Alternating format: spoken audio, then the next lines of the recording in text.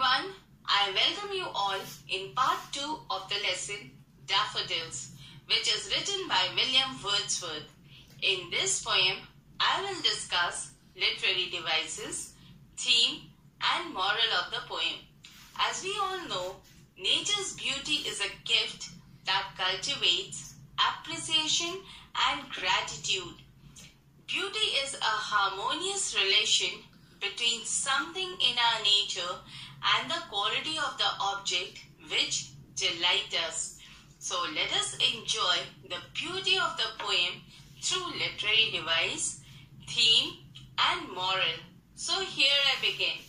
Let us start with the first stanza of the poem, and the lines are: I wandered lonely as a cloud that floats on high over vales and hills, when all at once I saw a crowd, a host of golden daffodils, beside the lake, beneath the trees, fluttering and dancing in the breeze. Now the literary device used in this stanza are: number 1, rhyming scheme. Rhyming scheme means the last word of each line is giving a musical effect. The stanza follows the rhyming scheme AB, AB, CC, and the words in the stanza are cloud, hills, crowd, daffodils, trees, and breeze. The second is alliteration. Alliteration refers to the repeated use of the similar consonant sound in a line or verse. In this stanza, the alliteration used by the poet is high over vales and hills. Then another one is when all at once I saw a crowd. The third one is beside the lake beneath the trees, where the B sound is eminent. Number 3 is personification. Personification is a figure of speech in which inanimate object or abstract ideas are endowed with the qualities of human beings. The line, I wandered lonely as a cloud. A cloud can obviously not wander or feel lonely. These are human attributes or action.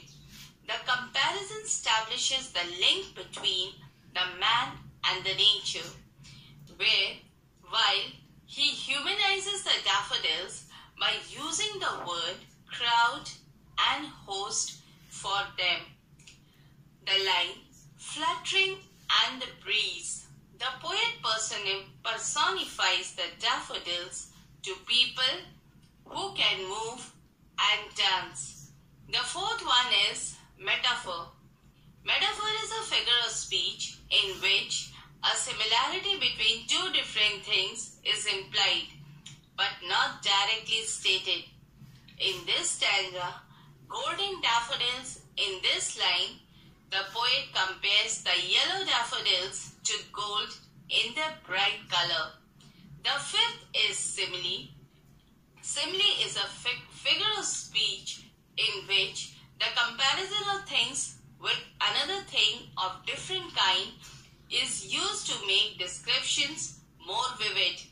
We use the word as or like. In this stanza, I wandered lonely as a cloud is a simile, where the poet compares himself to a cloud without an aim and both are isolated. Hence, the poet's solitary nation is compared to that of the cloud. The sixth one is assonance. Assonance is a figure of speech in which the same vowel A-E-I-O-U sound repeats within a group of words in a line of the text or poetry.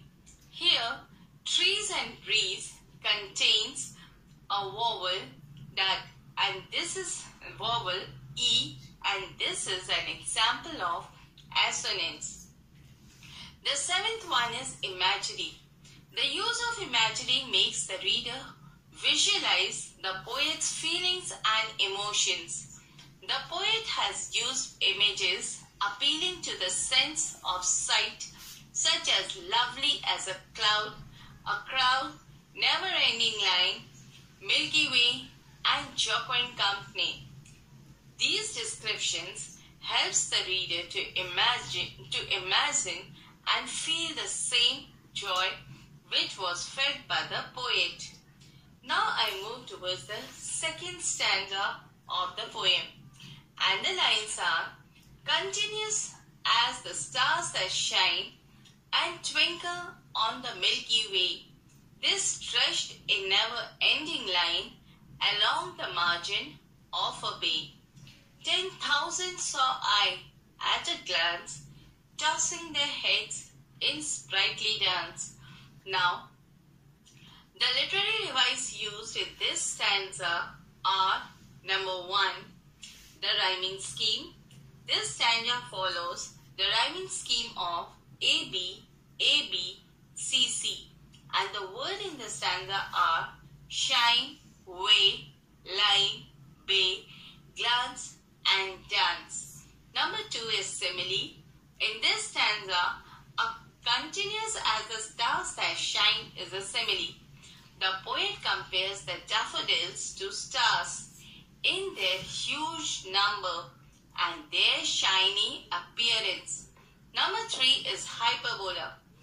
Hyperbola is a figure of speech which is used to evoke strong feelings, to create a strong impression, but is not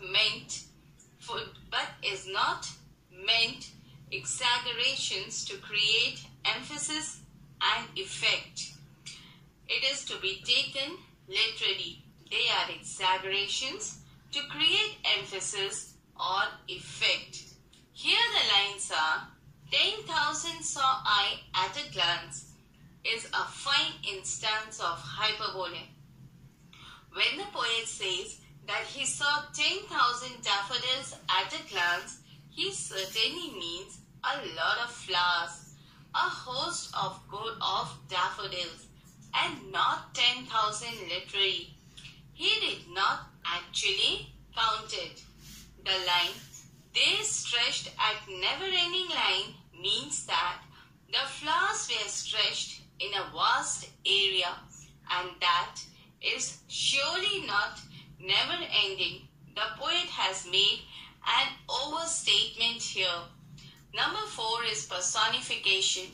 The poet has attributed human characteristics to the daffodils. In this poem, the line, tossing their head in sprightly dip, is a personification, as the poet personifies the daffodils as human beings moving their heads quickly. Number 5 is assonance. Here, the glance and dance contains E, which is a vowel and is an example of assonance. Now I move towards the third stanza, and the lines are: the waves beside them danced, but they outdid the sparkling the waves in glee. A poet could not but be gay in such a jocund company. I gazed and gazed, but little thought what wealth the show to me had brought. Now the literary device used in this stanza are: number 1, rhyming scheme. This stanza follows the rhyming scheme of AB, AB, CC, and the words in the stanza are they, glee, gay, company, thought, and brought.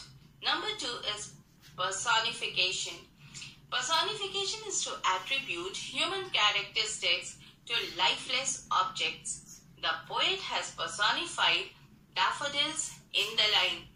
In a jocund company, here he considers the daffodils as he has as his buoyant company, and the line, outdid the sparkling waves in glee, has suddenly created a joyful human-like experience, since the waves do not bring as much joy as the yellow flowers. The flowers outdid the water with their happiness. The waves sparkle, which creates another association with the stars. Everything seems to be gleaming and twinkling and shining and sparkling. Number 3 is alliteration. Alliteration is the repetition of the same consonant sound in the same lines of poetry, such as the use of G sound in I gazed and gazed, and the use of W sound in what wealth the show to me had brought. Now I move towards the 4th and the last stanza. For oft when on my couch I lie, in vacant or in pensive mood, they flash upon that inward eye, which is the bliss of solitude. And then my heart with pleasure fills, and dances with the daffodils. The literary device used in this stanza are: number 1, the rhyming scheme. The stanza follows the rhyming scheme of A-B, A-B, C-C, and the words in the stanza are lie, mood, eye, solitude, fills, and daffodils. Number 2 is alliteration. In this stanza, the alliteration is used in the lines and dances with the daffodils, where the use of D sound in it is there. Number 3 is metaphor. Metaphor is a figure of speech in which the inanimate objects are endowed with the qualities of human beings, and the line, they flash upon that inward eye, is a metaphor, where the inward eye means the mind, is compared to the picturesque view of daffodils. Number 4 is inversion. Inversion is a figure of speech used to refer to the inverting of the normal words order in a sentence or phrases. Inversion and its astrophy are the same thing. The line, for oft when on my couch I lie, in vacant or in pensive mood. Here the poet explains why the daffodils were such a great gift to him. He moves suddenly into the future, back from the lake and the windy day. He is describing a habitual action, something he often does, like by sitting on a couch. He had no great thought and sight. Sometimes his mind is empty and vacant, and sometimes sad, but in reality, no one can be both. Vacant and pensive, that is, vacant means not thinking, and pensive means thinking sadly. But the poet groups the two experiences together because both are vaguely unpleasant and dissatisfying. Now children, I'll tell you the theme of the poem. Daffodils, or I Wandered Lonely as a Cloud, is a lyric poem known for its exceptional simplicity, yet refinedness of its thoughts. Simplicity, mysticism, spontaneity, and individual freedom forms the keynote of the Wordsworth poems. The poem has the following themes. Number 1, imagination. Imagination has been the source of Wordsworth's poetry. The poet was thrilled to see a host of golden daffodils by the side of the lake under the trees, moving their head in a joyful dance. They seemed to be dancing like human beings, expressing their joy and energy.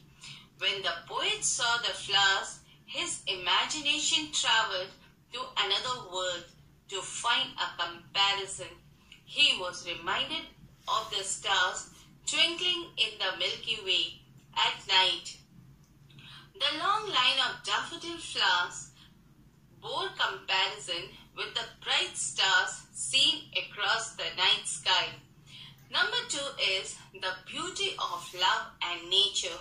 Daffodil is a collection of human emotions inspired by nature that we may have neglected due to our busy lives. The daffodils suggest rebirth, a new beginning for the human beings, blessed with the grace of nature. The arrival of the daffodils in the month of March is welcome and an enjoyable time to appreciate them. Number 3 is memories. When the poet reflects upon his experience, he has a deeper understanding because he is tapping into a creative process, that is the imagination, in which he recreates or makes himself open to the feelings of the experience through his memory. This memory recreation is the imaginative process in the mind, and it is the process of writing poetry. Number 4 is company and relationship. The theme company and friendship. The company and friendship plays a very important role here. Nature can be the best friend of a person. We need to find God, and He cannot be found in noise and restlessness. God is the friend of silence, since see how nature, trees, flowers, grass grows in silence. See the stars, the moon and the sun, how they move in silence. We need silence to be able to touch souls. Nature always wears the color of the spirit. Number 5 is nature a source of eternal joy. The poem brings the idea that the nature is a source of eternal joy. Nature is full of beauty that captivates us all the time. The beautiful nature, that is the flowers, plants, mountains, lakes, stars, moon, and the sun, and so on, which fills our mind with pleasure. The beautiful golden daffodil mesmerized the poet. Number 6 is reality versus utopia. The poem has a clear shift from the real world full of tensions to the world of nature, where peace and happiness prevails. In the beginning, the poet was sad due to the death of his brother John, when suddenly he shifts to the world of nature, where beautiful flowers captured his mind and was transported to another world of bliss. In the last stanza, the poet realizes the true worth of the beautiful sight and recalls the dance of daffodils is a kind of utopia. Now I move towards the moral of the poem. This poem is simple, one of the loveliest and most famous in the Wordsworth canon, which revisits the familiar subject of nature and memory. The poem is the love of beauty around us, which envelops us. The moral of the poem is that the poet reminds us to cling to that which is true in place of that which is not true. Nature is one which makes us happy when we are sad. The real world wealth in the happiness, in the beauty of nature, which fills our heart with pleasure rather than money. With these notes, I conclude the poem. I hope this lesson will be beneficial to you in your study. Thank you for watching this video.